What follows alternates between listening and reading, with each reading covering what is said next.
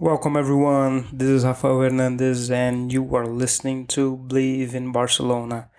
So, yeah, guys, it has come to the point where Barcelona's season has ended. I wouldn't say it ended earlier than expected, but the finale, I would say that it was quite predictable.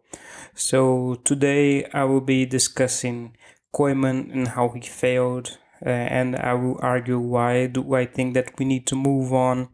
I want to comment on Laporta's decisions on his first 2 months in charge, and of course I want to talk a little bit about Manchester City and Guardiola because it's really a wonder that I haven't talked about them yet on this podcast. So, guys, now a word from our sponsor. BetOnline is the fastest and easiest way to bet on all your sports. BetOnline has you covered for all the news, scores, and odds. It's honestly the best way to place your bets, and it's free to sign up. So, to sign up, you simply head to the website betonline.ag or you use your mobile phone to sign up today, and you're going to receive 50% as a welcome bonus on your first money deposit. So, guys, by all means, this is really important, and I want to thank everyone for the support always. So, okay, to begin things, I think it's inevitable to address the to go back at the beginning of the season where I said that Koeman was never going to be my pick as Barcelona coach. Not because I have something against him. I want to make this very clear because Koeman is one of the biggest Barcelona legends of the last 30 years. The man was arguably the best centre back that ever played for the club. You can put him right alongside Miguel and Puyol. And of course, he scored one of the most important, if not the most important, goal in Barcelona's modern history with the winning goal against Fiorentina in the European Cup in 1992, which handled Barca its first European Cup after decades of absolute misery. And as a player, he was absolutely fantastic for Barca. He scored over 100 goals as a center back, and all of his contributions on pitch just cannot be forgotten just because he failed as Barcelona coach. I don't want to do that. I don't think that we have the right to do that, nor we should have. And honestly, it's a shame that it has come to this point. But right after Koeman was appointed as Barcelona coach, I positioned myself against it, and I was quite clear that I didn't think that he was the right man to lead Barcelona because Koeman has over 20 years of experience as a top level coach. He's been coaching for a very long time, and I think that many Barcelona fans and football fans in general would be really surprised to hear this. And of course, his most notable tenure was as the head of Valencia when he simply burned everything down at the club and finished with a Spanish Cup. So yeah, football is like that. You can simply do everything wrong and still win because it's an unpredictable sport unlike any other. So it's part of it. And overall, I would say that Koeman didn't do a very good job at Everton. Actually, he was really disastrous, and the moment that Koeman was appointed by Barcelona, you could see on social media that Everton fans were simply laughing in disbelief because it was incredible that a guy that was clearly disqualified to take over their club could simply handle Barcelona. And it was clear from the start that it wasn't going to happen uh, on the way that we wanted to see Koeman achieving success at the club. And of course, if we look at Barca's last 20 years, and in terms of coaching appointments, you had Rijkaard, you had Guardiola, and Luis Enrique, and pretty much every coach aside from Van Gaal in the last 20 years simply didn't have any kind of real success elsewhere, or were simply starting as coaches like Guardiola did. So yeah, there was margin to believe that Koeman could be successful, but it wasn't likely. And as I said, I really positioned myself against it.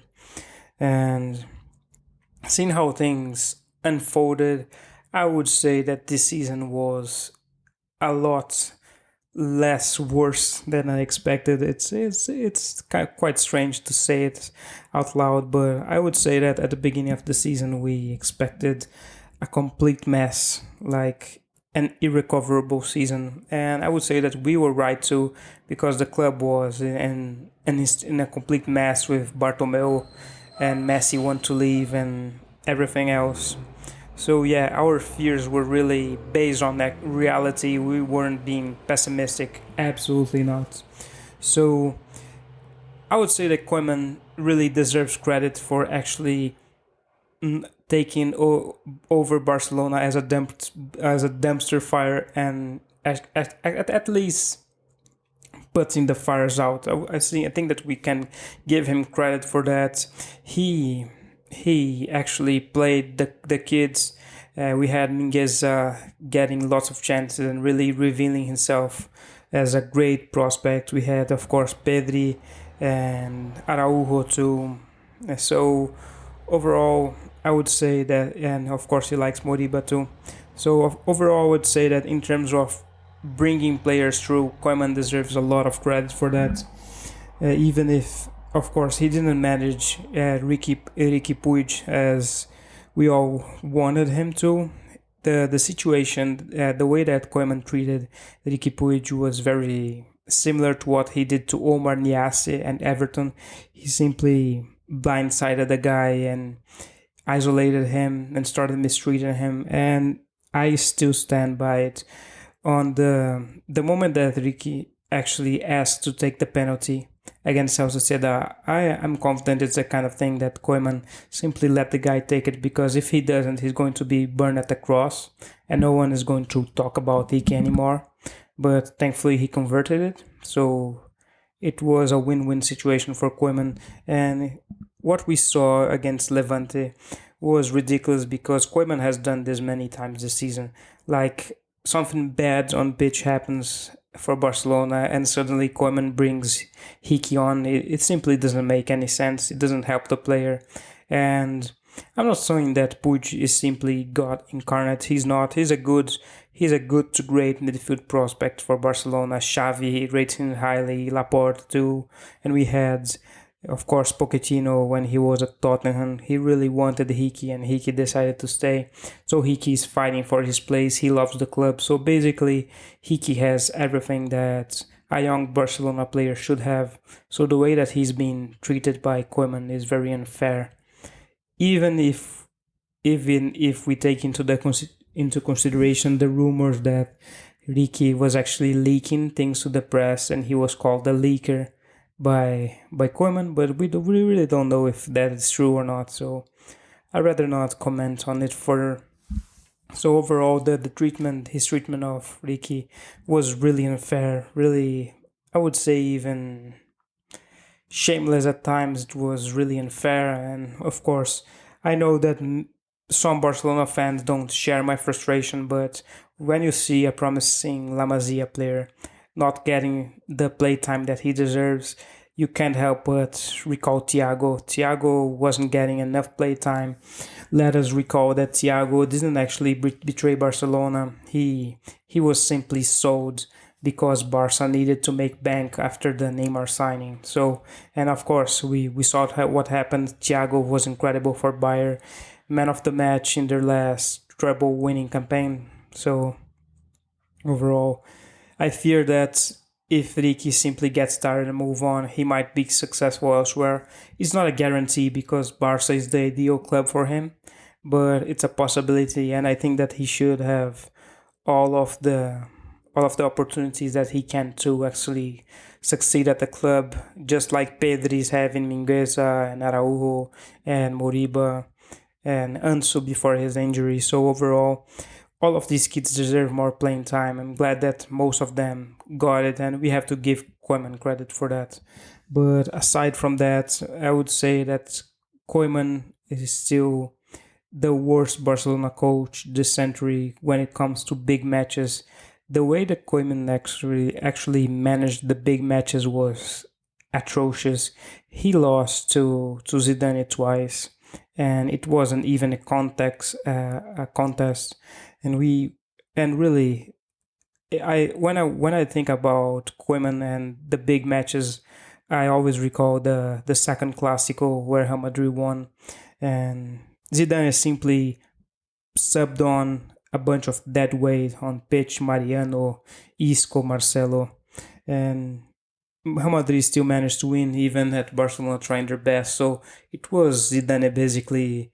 I would say he was basically flexing on Koeman. I don't think Zidane is the kind of man to do it, but it was hard not to think that simply Real Madrid could actually score 2 goals and sub some poor players on and move on.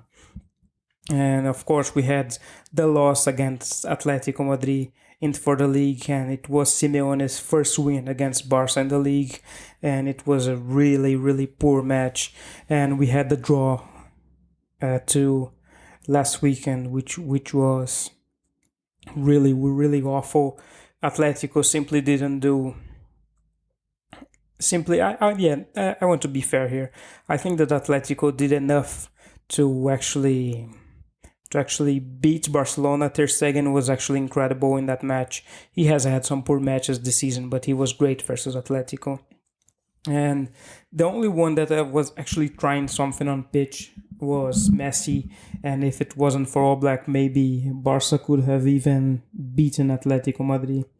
And overall, and of course the management that Koeman did too in the Champions League, Juventus actually trash in Barcelona the way that they did at the Camp Nou, handling Barcelona its worst home defeats in European competitions for nearly a decade was awful. And when you take into consideration that the same Juventus side will likely be playing Europa League next season, it just cannot get any worse. It was really embarrassing.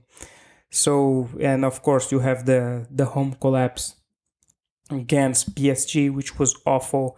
That 4-1 defeat was Barca's heaviest defeat at home in the Champions League in over 20 years. It was one to forget. And of course, you had the return leg when the players played better and maybe could have even knocked out PSG, but still awful. So the way that he has managed the biggest matches was just awful. And it wasn't just because Barca is in a bad place. Actually, Barca had its worst results in the league against Atletico Madrid and Real Madrid in almost 60 years. 60 years, 6 full decades. It was unbelievable, and this really cannot go on. And when you take into consideration where many times that Barca took the lead against lesser clubs in La Liga, and the thing at some point simply collapsed, as we saw the mess against Levante.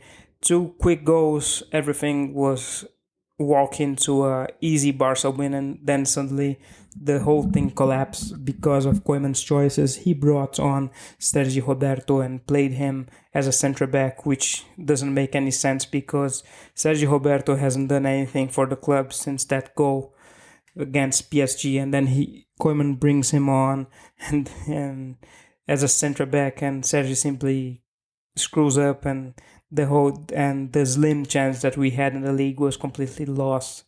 It's this kind of decisions that are really hard to understand, especially because 2 months ago, 3 months ago, I was a lot more optimistic about our season. Things were looking up. We had that absolutely amazing win against Real Sociedad, that 6-1 win. So we had some good signs that things were getting better, and Koeman wasn't compromising anymore. He was trying new tactical formations. He was starting the players that deserved it, and then simply it got to a point where Koeman started to make lots of mistakes. So it begs the question: what happened? What changed? What led to this collapse to our season? Did Koeman not have enough conviction to be successful at Barca? Why did he start making so many mistakes? Or that good patch that Barcelona found itself into after Laporta was elected was just an effect of a more positive atmosphere at the club. We honestly we will never know, but overall, I just cannot forget like the pathetic loss against Cadiz and then the draw at home after that Lenglet mistake, and of course the defeat against Granada.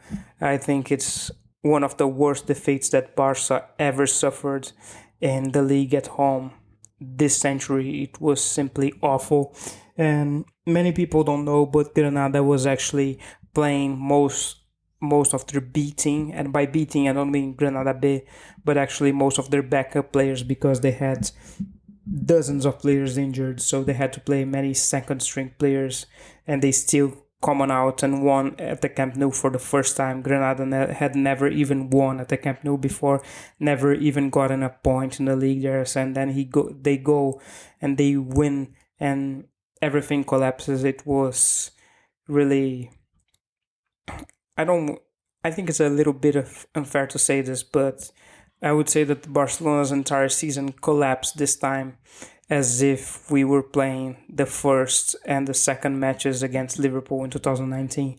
The first match was really promising. It was a miracle that we won 3-0, but there was lots of good parts, lot of positive feelings and optimism, and then suddenly when the heat is on, the pressure is on, the things simply collapse, and it was really one to forget. And I just cannot see Koeman coming out of this. I don't think that he is good enough tactically, and when you take into consideration that many times this season when Barca were losing, he simply subbed on more forwards, and when Barca needed to hold on to a lead, he was subbing on more centre backs or defenders. And football is not like that. If you do this kind of tactic, even in FIFA, you won't be able to hold on to many leads or turn around or make comebacks during matches. So yeah, it was really amateurish from Koeman. And one thing that I really don't like is how Koeman pretty much complains on like every single one of his pre and post match conferences. He's always complaining about something. He's never owning up for his mistakes, and this simply cannot slide. And of course, people will tell me, but Rafa, you complain a lot about Barca. You are pessimistic many times. And yeah, but I'm not the Barcelona coach. He has to do things differently. He has to have a more defined and confident approach. He has to do things different because he's simply the head of one of the biggest clubs in the world. I'm just a guy that comments. I'm just a football pundit, to be honest. It's really unfair to compare both situations. But overall, I just cannot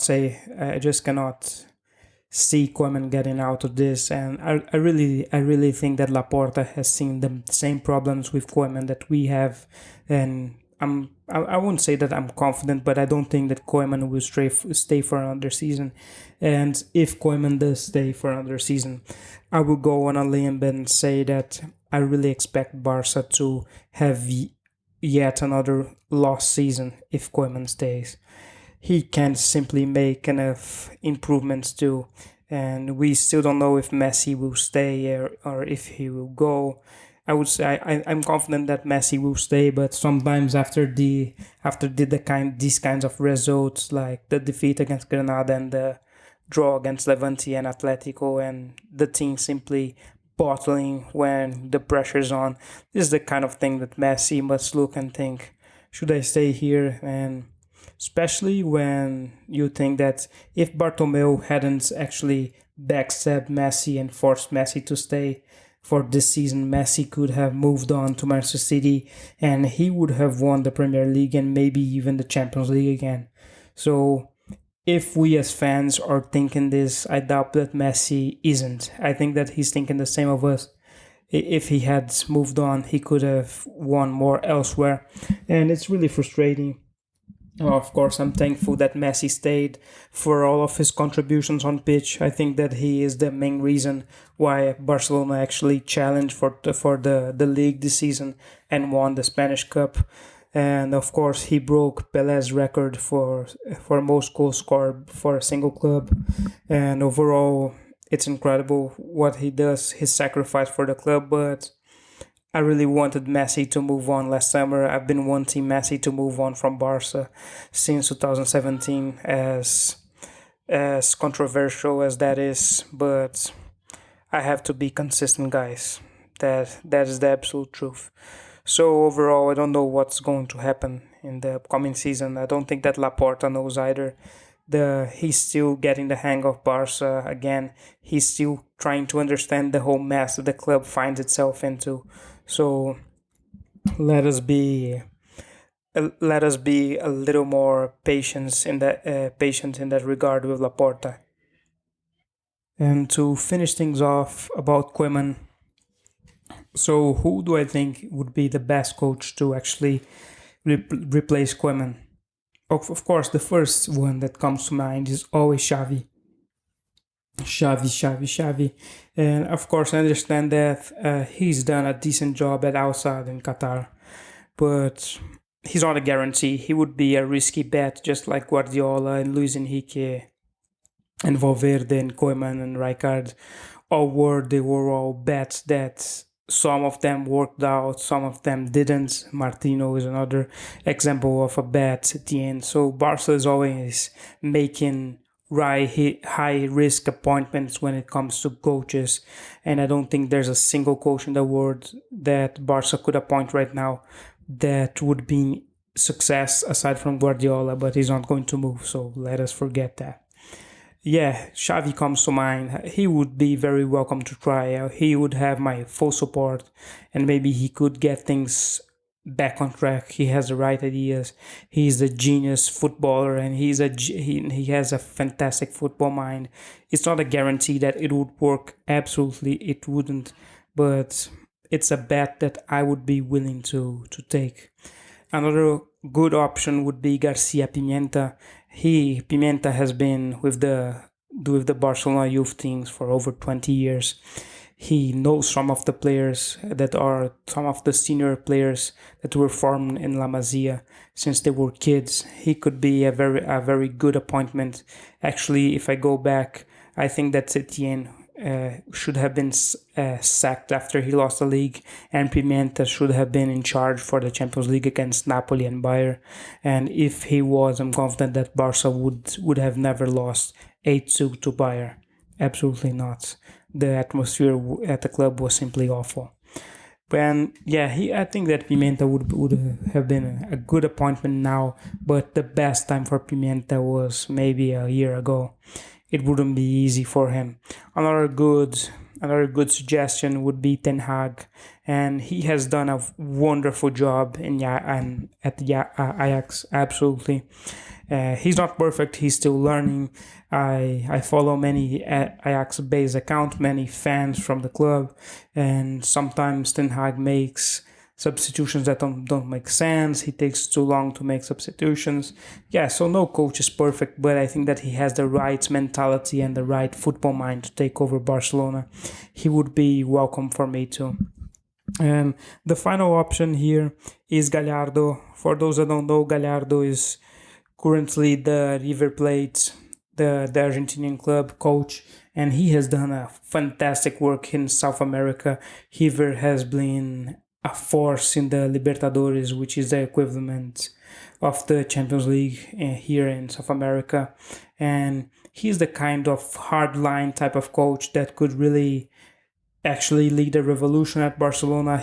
Tactically, he's very smart, and his style of coaching is more similar to Simeone, but the good parts of Simeone, like how he's very demanding of his players, but he's not as reactive in his tactics as Simeone is. So Gallardo is a little bit of a mix between Simeone and Guardiola and Klopp. So yeah, that seems quite incredible when I speak it out loud. And yeah, he's really incredible coach. I think that he would be a risky appointment too, but it could work wonders for him to actually get the club out of this hole that it finds itself into if he has enough freedom to make the changes that he wants. And of course, I want to mention another big outlier here. People are going to be cursing at me, I just know it. But Allegri, the former Juventus coach, could be a good appointment for us. He's not perfect, he is flawed, but he can work very well with the resources that Barcelona has right now. He's a lot better than people give him credit for. Just look at Juventus since he left the club.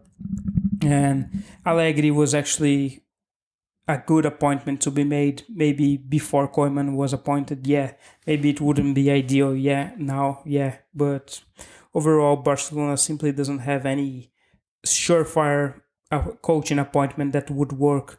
One thing that I know for sure is Koeman simply cannot stay, guys. I just don't see it working out for us. And surprisingly, this was 26 minutes of just talking about Koeman and Barcelona, a lot more than I expected. So I would just go over the rest. I don't want to make this podcast too long. So yeah,